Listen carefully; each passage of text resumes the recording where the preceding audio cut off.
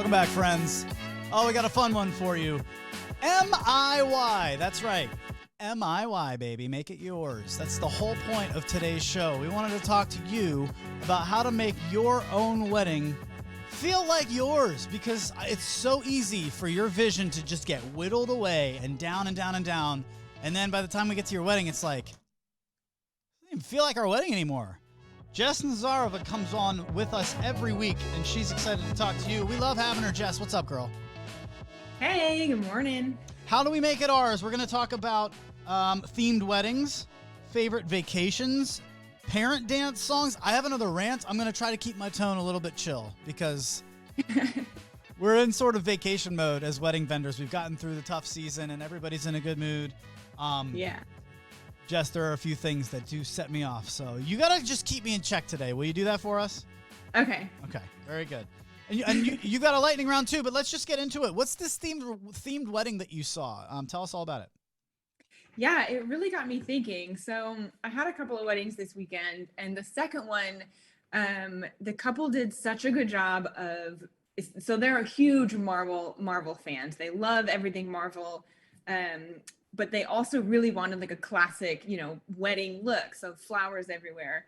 So they were so smart in how they incorporated this. One of my favorite things was like the escort table with all of the guests, cards that they'll take their names back to their table. Each guest's card was a different Avenger, and the huge escort wall said Avengers Assemble. So it was so cool. It was such a good nod to their loves. The cake topper was them as Marvel characters. The table numbers were like hand drawn from a caricature artist, different Avengers. It was just so cool, but still like an explosion of flowers and texture and color. So it was a really fun way for them to feel like it was highly personal, and their guests loved discovering all of these cool details around the venue. I have a teaser for you. I am playing a Marvel video game right now. That's the best thing I've ever experienced in my life, in any video game ever, including the new Modern Warfare. Okay. Teaser. Those are big words. Those are huge words, because I know you love that game. Teaser. Her husband makes the game. She plays the games. I will get to that at the end. So these people would have loved it. I've seen a Pikachu wedding. That was fun. That actually got one of the most views on my Instagram reels.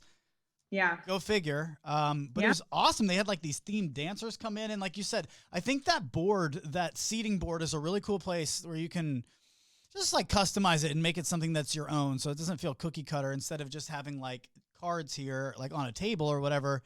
They had the entire Pikachu, map, the Pokemon map. Oh yeah. Of the world. And then the tables were little cities and stuff. It's crazy. Uh-huh. That's so cool. You don't even have to be into it. It's just what's cool about this? This feels like, Jason and Jamie's wedding, instead of this just feels like a wedding. Exactly. The people that are at your wedding know these things about you. So, if it's Marvel or Pikachu or Lord of the Rings, or just themed from, a place that you and your partner go to all the time, it's just, your guests will recognize that it's uniquely you experience when they go to their wedding. So it's cool. There are other ways that you can do that with the music too. We'll do some of that too later. But I mean, what else have you seen? What other themes? I've seen a cut the cheese instead of cut the cake. They love cheese, right? Yes. I have seen that. I had a couple that didn't like cake, which I know is a crime. Whoa. They did, instead of cut the cake, I know. Cake is my favorite part. I like to joke that cake is in my contract. It's not a joke. She's serious, folks. She was literally, when I work with her, she's looking around. I'm like, what's going on? Oh, yeah. She's probably looking for where the cake is. What time is it? Yeah. So what did they do? They didn't like cake, so what did they do? They did shots. So they had little dessert type shots. I don't remember what the flavor was, but it was a sweet shot. So they went up to the bar. Cool. And, they did the cross arm thing and took shots. Instead of a first bite, they gave each other their first shots. Oh, I like it. Now, was that just the couple, or was that everybody too? Because that presents a red flag for me. It was just the couple. Okay. Because like a cake cutting, they went up to the bar and all eyes were on them, and they did that instead. Got it. Yeah. Venues don't let you pour shots for each other. Yeah, I wonder. Well, this was in Texas, so it may have Maybe been they do. different. Yeah, I don't know.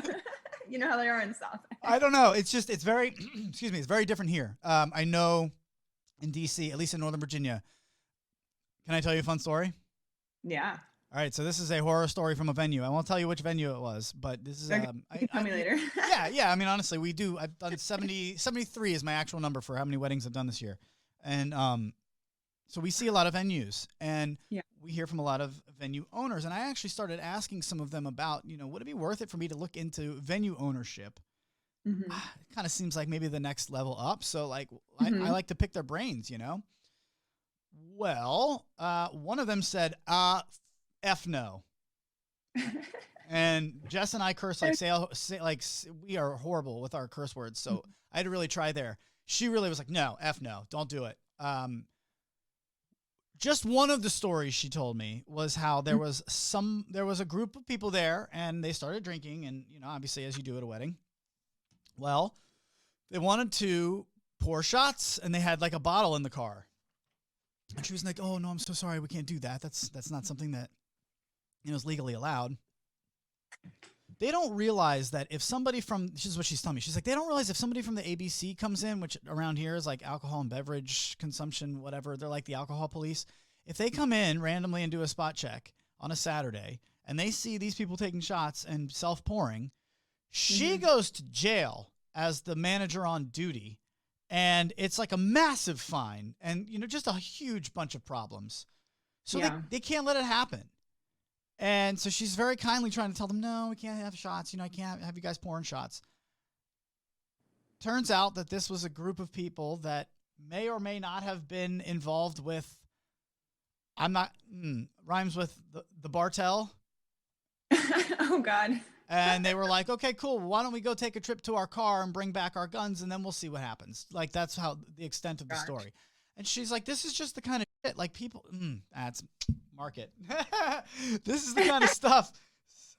This is the kind of stuff that you don't think about when you get into venue ownership. But like every single night, it's dealing with the drunken guests who are puking all over the place. People have throw up clauses in their contracts. I learned. Mm-hmm. It's a lot. So, I know when I hear self-pouring shots, they're like, no, you very much cannot do that. The couple, I'm sure they can probably get away with because it's like 3 seconds and it's over. I have a fun way to do it with music to make it your own. But let's just not have pouring your own shots. Cake shots, good. I do like that. So Jess, what else? Have you seen any other themes before we move on? Oh gosh, so many themes in the past 10 years. Ooh, Lord of the Rings theme, which was beautiful.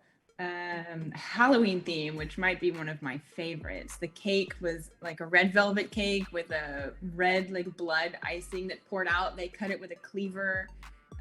Everyone changed into costumes for the reception. The wedding party came in full zombie makeup and like destroyed suits and dresses. It was so amazing. That's really cool. That is really cool. I've seen I've seen some cool Halloween cakes. Yeah. For sure. I like when the couple doesn't feel pressured to go I love when they feel empowered to do the fun things that I don't care if it looks stupid, I'm going to do it anyway. Those are my favorite types of couples to work with. Not that I don't like to work with any other couples. So I probably shouldn't say favorite types of couples. Those are my most fun weddings, I think. Everybody just kind of like relaxes and just has a blast with it. So if you're out there and you're worried that like, I don't know, I love Harry Potter, but I'm sure that'll just be, that'll come across as lame, right? No, not as long as you just lean into it, man. Make it your own. We'll all have so much more fun, I promise you. And there's so many different ways to do it. Like there's a whole spectrum of how like themes you want to go. If like Harry Potter is a great example. You can, if you love Harry Potter, or as a couple maybe you love Harry Potter, but you don't want it to just be, like Harry Potter everything. You can pick a venue that's stone interior. You can do candles and something like low light for like that, Hogwarts sort of look without it being Hogwarts themed. You can sort of go for that sort of look. And yeah, there's just different ways there. You can go fully themed if you want, or you can just have like touches here and there that only like the diehard Potterheads would notice. But there's definitely ways to do it. And if another theme actually that I've seen that I like is when couples theme it for vacation. So I've seen Hawaii and I've seen Italy, where like it's a place that they go all the time, and so the wedding is themed with florals and food from the region. So that's another like classy way to go if you don't want to overly themed. Well, you triggered an idea on mine because I just did a couple not too long ago, a couple's wedding where they were really into traveling, and so they had each table was a different place that they had traveled to together. So that was how they incorporated that, and then they had little trinkets and stuff. So Alice in Wonderland was another one that I saw that I thought about while you were talking about. That's a fun one. They had all the tables decked out. Totally. What do you do for the kids? Seen the travel. I didn't mean to jump in. What do you do for the kids though? Like, what do you do for the kids table? Well, I feel like the kids table is rarely themed. It's usually just a bag of goodies at each place seating, and like full of whatever, it's dinosaurs and cars and little toys and books to draw in and glitter paint.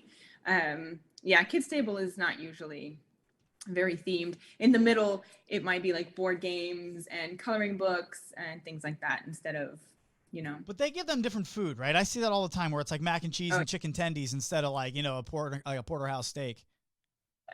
Yeah, I guess. And so your under 12 guests or your VIPs, they eat first. I want their plate. I'm looking at them like, how do I get on that train?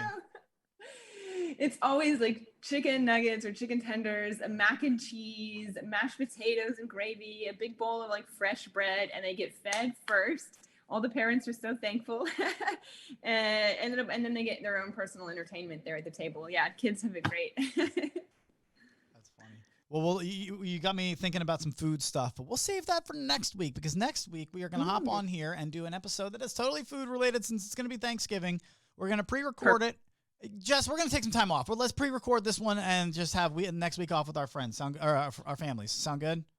Sounds good. But we don't want to leave these people hanging. Obviously, we're so grateful for all the new listeners that are coming in. Honestly, thank you all so much for rating and subscribing, going on to our YouTube channel, checking out my Instagram thing where I'm posting the clips. TVL Clips is growing every day. People seem to be enjoying this, so we're going to keep doing it. We're just going to pre-record a fun Thanksgiving food-related wedding food episode, and that'll be up next week while they drive.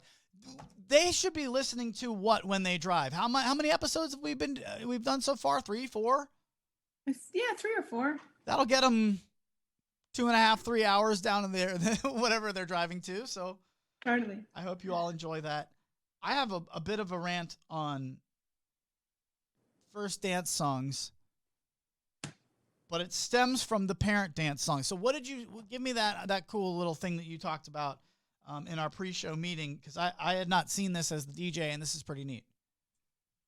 Yeah. So what were we talking about? I think we were talking about, the Make It Yours. Like, what can you do to make the, ceremony and reception feel more unique and like special to you? And one of the things that I had seen recently that I just loved so much was after the couple's first dance, they played the groom's parents' first dance song as a surprise and invited them up to dance to their first dance. So obviously, as a photographer, like, the photos are amazing. Everyone's crying. The parents are smiling.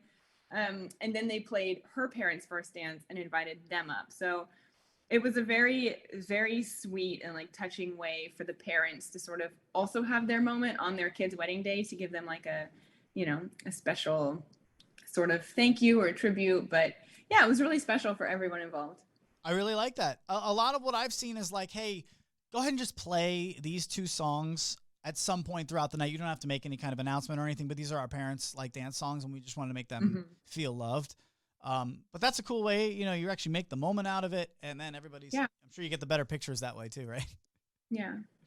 Well, and again, it's like all of your guests, most of them at least, will know these people. Your wedding party knows them. It's your aunts and uncles and cousins. Everyone there, or a lot of the people at your wedding, will have grown up with them too. So it's it makes sense to sort of have that special moment for them, because it's the wedding day is sort of two families coming together. It's not just the two of you. It's, all 150 of you or whatever coming together. So.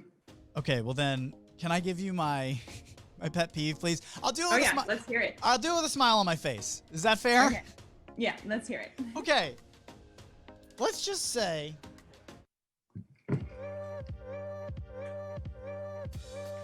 Okay, the dance floor is popping. We're grooving. This is the vibe. Now, I would never play this at a wedding, but whatever. It's just something, decent, whatever. Somebody comes up to me and they say to me, "Hey, man, can I put in a request?" And I'm like, "Yeah, of course. What can I do for you?" And they're like, "Can you play blah?" And I have no idea what this is. And I'm like, "What is that?" And they're like, "Oh, it's great. Yeah, if you could just get that in, that'd be awesome." I'm like, "Is it a slow song? Is it a banger? Like, what are we talking here?" It's as soon as they stop, like, and they don't know how to answer, I know where this is going. Do you know where this is going? No. So, yeah, it's a little slower. It's My Fiance and I's song. Oh. I can't stand that question. I cannot stand that question. It is the most selfish question to me, to go into a dance floor and to ask the DJ to play your wedding song at someone else's wedding, especially when it's not like, something that would obviously fit, but it's clearly something that sticks out like a sore thumb. Yeah. Like, dude, they're all looking at me like, "Why did you play this song?" And then everyone. Yeah, that's a weird one. Have you ever seen it? I mean, I don't know, because I wouldn't have heard. Because I don't let it happen. I tell them no. I do tell them. I'm saying, I'll listen to it. Let me see if I can do. Is there anything else I can get in case I can't get that one in? And then what I'll do is I'll log it away, and I'll wait for a moment, because there's usually a moment that this can happen where everyone's eating cake. It doesn't matter if people aren't on the dance floor, and I'll just throw it on, and then it makes them so freaking happy because you found a moment to do it. But dude, I'm not clearing out the dance floor for your random ass Bryan Adams song. Yeah, definitely. Drives me crazy, Definitely. man. Yeah, that's funny. I didn't even think about people going up to you and requesting their own special songs. A lot of guests probably don't realize what a short portion of the day is open dance floor. I mean, sometimes it's an hour, maybe. No, well, that's a mistake if they did that. It's an average 2.5. It's 2 to 3 hours, right? Yeah. Yeah, I guess so. If you see an hour-long dance floor, Jess, I feel like somebody screwed up on the timeline. Well, so a lot of like Persian and Hindu weddings, they have so many things happening. There will be like 4 or 5 choreographed dances and the dabke and like all of this stuff happening until 9:30 or 10 easily. And then it's sort of open dance floor for an hour. So like half of my weddings are some sort of wedding like that. Cool. So a lot of them don't end up with a whole lot of dance floor time, but even the ones that do, like, every song matters, right? Every song matters, especially like I can just promise you from a DJ standpoint.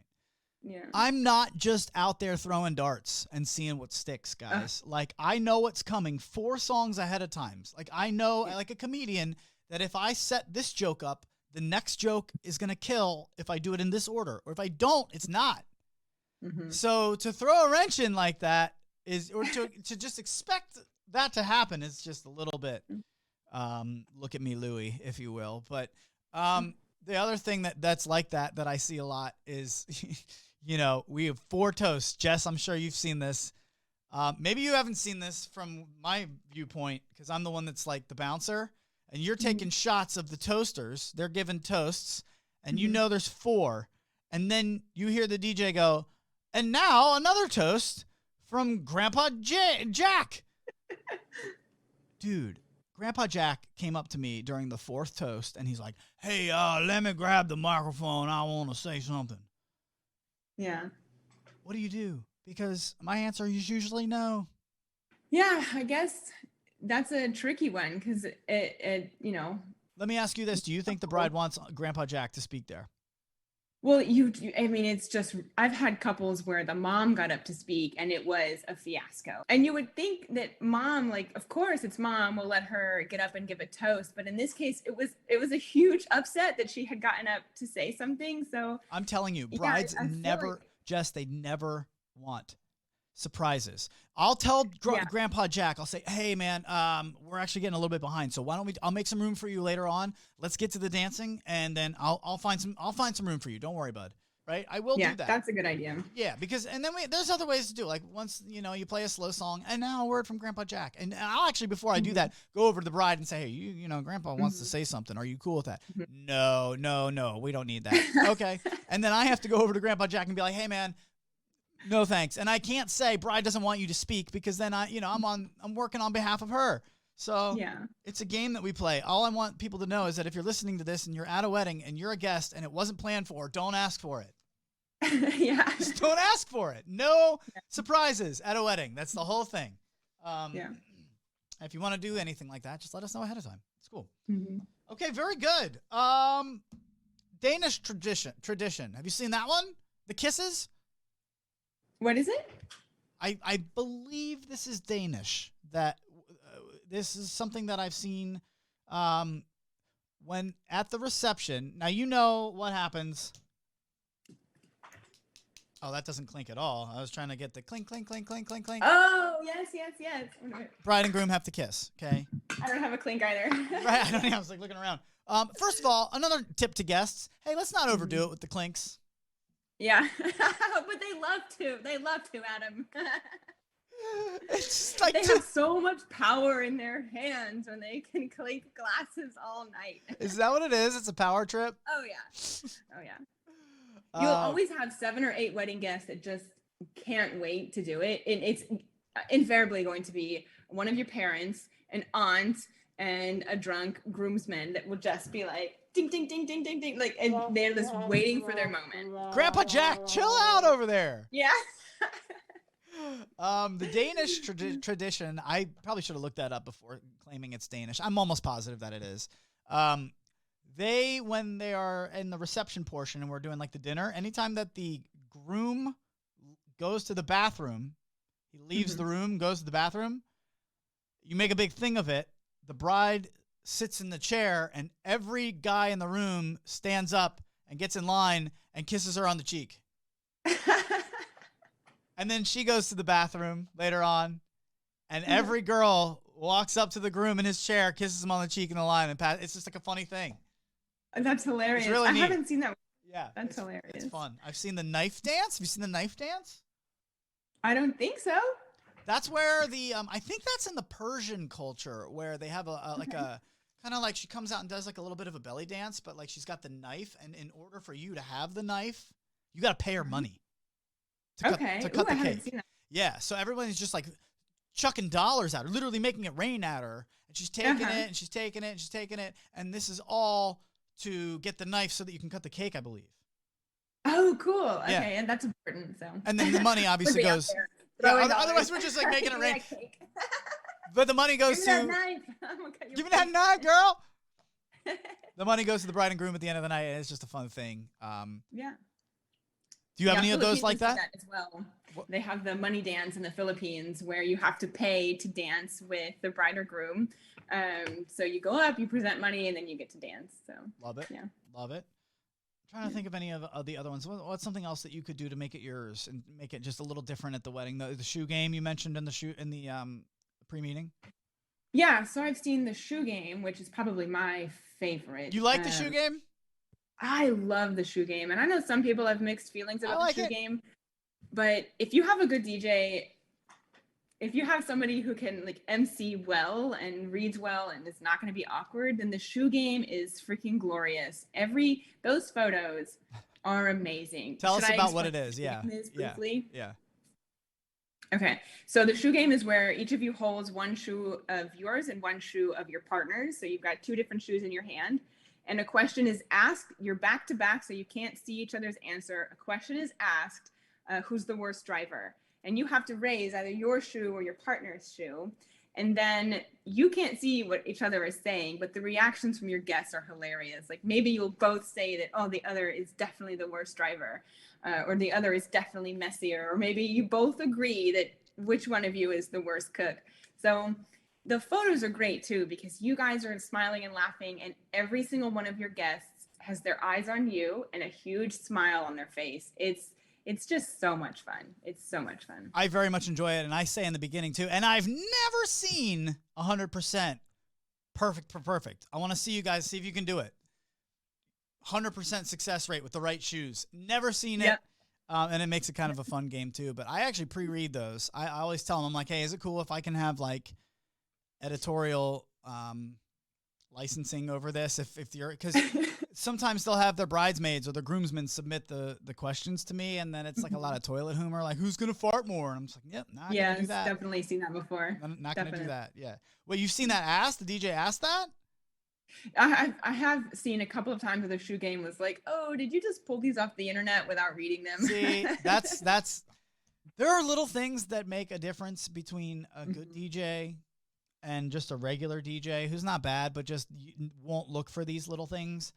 And you don't want that at your wedding, man. It's 100% success rate. No mistakes. That's what we're looking for. Yeah. That's actually what I say about my vendor list. There are only 2 prerequisites to get onto my vendor list. Number 1 is you have to be really fun. And number 2 is you can't make mistakes. Yeah, you just can't. Well, because look, if you're recommending me and then I'm an idiot on the microphone, or I'm just screwing up and playing the wrong songs in the wrong places, you're the one who recommended me. Yes. That reflects really poorly on you. Yeah. Dude, Jess, I refer so few people. Like when they're like, do you have any DJs that you know that can do it? I'm like, not to kind of like what you've read about me. Like I'm not saying I'm the only one who can do this. I don't know if these guys are good or not. Mm-hmm. I don't know. I can tell you this photographer kicks ass. I don't know what her photos look like, but to work with on the day of, you know what I mean? And you go figure out if you like the style of her photos or not. Yeah.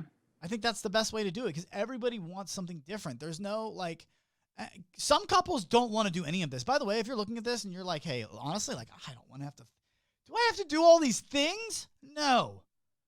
If you want a cookie cutter wedding, there's nothing wrong with that. Like some people have enough to think about. Maybe they're also buying a house. They've got kids. It's their second wedding. I don't know. They just don't want to have to deal with all this stuff. Just tell us that, and we'll be able to guide you through the easiest selections of just the things we do need you to come up with, and then we'll make it fun from there on out, right? Mm-hmm.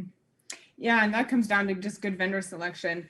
The wedding that I did on Friday this weekend was very quickly planned. I think they sort of decided, within a couple months, like, okay, we want to actually just have a full wedding. And wow. They went down my vendor list, and it was like, okay, video, okay, catering, just sort of like check. After they had booked me, they just sort of went down the vendor list and like hair and makeup, all of it. So, and it was perfect. It was easy, and there was like a good rapport between me and all the vendors. It went really smoothly. So it's another tip of advice too, for any vendors who are watching this. The best way to get leads is to get on these lists. Get on the vendor list as a show, obviously, and you'll get the vendor list bump, and it'd be huge for you. But get on the real vendor lists of the coordinators and the venues, because those are the places that kind of get you first. Photographers, I think, too. I feel like for me, they come to me last. Like I don't really have a lot of room to refer people a lot, but when I do, I always send them to the people that I know are going to kill it. So if you can get on those lists, the couples are like, oh, well, we've been told you kill it every time, so where do I sign? Yeah. I love it. Are you ready for lightning round? Oh, I am. Are you ready? All right, let's do it. Come on, girl. All right, lightning round with Jess Zarova, which means we're going to find out one thing that worked for her, one thing that didn't, a horror story, and a piece of advice. All in less than a minute per answer. Jess, what's one thing that worked for you in your career? Okay. Something that worked. This is a new one for me. that only occurred to me recently. It's extended cocktail hour. So instead of a 60-minute cocktail hour, make it around 80 to 90 minutes. The last 10 minutes can be your guests being invited inside, but that extra 20 or 30 minutes, your guests are going to enjoy themselves, and it gives you some breathing room. If you plan to do my Jewish couples, a yichud, if you want a little extra family photo or portrait time, it's just breathing room. It means you're not rushing from ceremony to photos to reception. So add an extra 20, 30 minutes there. I love it. And join them for that 20 and 30 minutes. You don't have to stick Or do out. that. Right? Yes. Hang out and have some fun at your cocktail hour. I always think it's a shame that you missed the whole thing. You planned it for everyone. You didn't even get any of the hors d'oeuvres. Yep. What is one thing that has not worked for you, my friend? So I had this one recently, and it was a reminder that this never works. Not having a plan for family photos. It is a disaster every time. If you don't plan when and what photos you're going to take with your family, chances are you will end up with much fewer overall than you would have if you had given me a list. So the times when I don't have a family photo list and I'm just asked to like grab table photos during the reception, you're going to get maybe 4 table photos because everyone is everywhere and there's no plan, and it's just chaos and it's stressful. So make a family photo list plan. If I were to ask you your honest answer, which is not, okay, you're always honest, but like bare bones, like you and ear to God, like no BS. Is that your fault or is that her fault? The bride. For the family photos? For not having that list. So I feel like probably mostly would be on me. And then occasionally the couple, for whatever reason, just doesn't make it. So I'll send it a few months in advance, and I may forget to remind someone like, hey, but typically I'll send it again a month out, and then it's not really on my radar anymore. I've got timelines coming in and everything else and contracts, so I often forget about it. But sometimes couples are just not interested. I'll maybe have 1 or 2 weddings a year where they're just like, there's not that many of us. We'll just move through it quickly. The groom really doesn't want to take photos. Like sometimes there are just, I know those couples where they're like, we just don't want. And then it's good. Like, all right, well then there's nothing we can do. But yeah, I wonder, I'm actually curious, like, is that when you get to the point and you're at the day of and you're like, dude, I don't even have a list for these people. Like, well, do you think to yourself, I wish I had kind of push them to do that? Or definitely. Yeah, definitely. Yeah. But I'll after 2 or 3, like I'll have a master copy. I make it extremely easy. Like you've got a master list where you can delete combinations that you don't need and just send it right back to me. But I'll send that once or twice, and I'll remind on our final phone call. And after that, it's like I'm not a planner. There just comes a point where I have a lot of weddings and a lot going on. And so like, I feel like after 2 or 3 reminders, we just wing it. You can only do so much. Take that what, sorry? I didn't mean to cut you off. I was just saying you can only do so much at that point. Then if they're not going to get it in, then it's clearly not important to them. There's not much you can do. And the planners are reminding them too. That's the thing, is the planners will tell me like, hey, I asked for a family photo list. Have you? And I'll say, yes, I've asked. I've sent my master. I haven't heard anything. But when that happens, I will still take my master family photo list, my master copy, with me to the wedding day. Yeah. And I will just ask either the couple if there's downtime, or like a brother or sister, like, look at this list. Does this look fine to you? Am I going to put my foot in my mouth? Should we cross any of these off? Has anyone, passed away or angrily divorced? You never know. Cross them off real quick and try to go down that list quickly. So that's what makes a good vendor. See, I would never want to go into it blind. So I would always take some, even if they didn't give me a timeline for whatever reason, I'm just like, okay, we have no timeline for this. I'm just going to kind of make one in my head just so I have something to go off of. And then all right, well, this is what I would expect to do. Yeah. Does this look good to you guys? Like when we get there, but really, like I try to get all that stuff. I know you do too, but you don't want to bully a couple into doing work. Like if they're not going to do it, then that's just who they are. But I will say the hardest weddings are the ones that are where the couple seem the most chill. And they're like, yeah, we don't care. We're easy. Don't worry about it. Why is that? Why are those the hardest ones? I completely agree. And actually, we were going to do horror story and then piece of advice, but we can do this in reverse. My piece of advice is plan your day well. so that you can relax and let your vendors implement the plan. Yes. If you are the most chill couple, you are the ones that need the plan, because you're going to be the one not thinking about it on the wedding day. You extra need a plan because you're going to need everyone to implement something that you don't care about on the wedding day. So, but that's perfectly fine if you want to play it super chill, but you can't view having the like really detailed plan as a fun crusher. It's going to enable you to have a more relaxed evening. Because then we know what to do. We can work off of it and not have to come up to you every 3 seconds and make sure that you're ready for the things that are maybe going to happen. Yes. Yeah, no, that is the absolute best way to do it. Plan super hard so that you can chill even harder. I love it. And with that, your horror story. Horror story. So the one that popped in my head was, I don't know, wedding rings were on my mind this week. So the most recent horror story that I have is that the couple left all of their wedding rings at their home and went to the church, which was actually like 45 minutes away. So there were no rings for the wedding ceremony.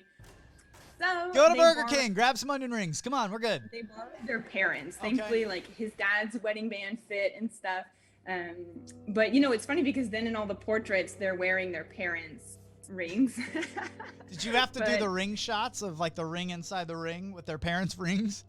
No, thankfully. So those were done during detail photos at their house. And they were all put aside. Like when I'm done with rings, they go back in your box and they go with the stuff that's going to the reception. Yeah. But it was just left behind. That, and I think the cigars and the rings were left behind. So they were upset. But rings, I have a few horror stories around rings. One of them is not my own, but I have a friend also who threw the wedding rings away accidentally. They found them. They were able to get them out of the trash, but they were thrown away with flowers. Like, on the day of the wedding? Huh? On the day of the wedding? Yeah. Oh my God. You did this whole wedding and then you throw your rings away at the end? Yes. And another friend who dropped a wedding band on a dock, and the entire wedding party watched it like roll across, plank, and it finally stopped on a plank, but it almost went in the ocean. Yeah. I absolutely love it. I have anxiety around wedding rings now. I only photograph them in one place. They don't leave. And then I also make two people view when I'm done. Yep. I hold the box up to a like bridesmaid or something, and I'm like, see, like eyes on. Okay, closing it, putting it down, and I don't touch it again because I have that same fear for cakes. I will tell you why, because of the horror story of my own about the cake that fell on its face, and I was the only one in the room. We'll do that next week on our Thanksgiving episode where we talk all food themed at the weddings. What are some fun things that we've seen? A lot like today, but really all about food. And I just want to thank Jess. This has been super fun. Thank you. It's cool doing this, just the two of us. We should do this more often.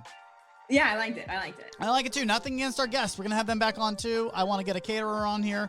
We'll have a venue owner is also in line to come on as well. So I'm looking forward to that. Iron Man VR is the best possible video game experience I've ever had. We'll talk off air. Okay. Not a video game podcast, but we do love you guys. Thank you for joining us every single week on Thursdays for new episodes on Spotify, Apple playlists, every podcast, everywhere you get them. YouTube, check that out. We have our own YouTube page now as well. The Vendor List Wedding Podcast. We'll see you all next week. Happy Thanksgiving, everybody. It's The Vendor List.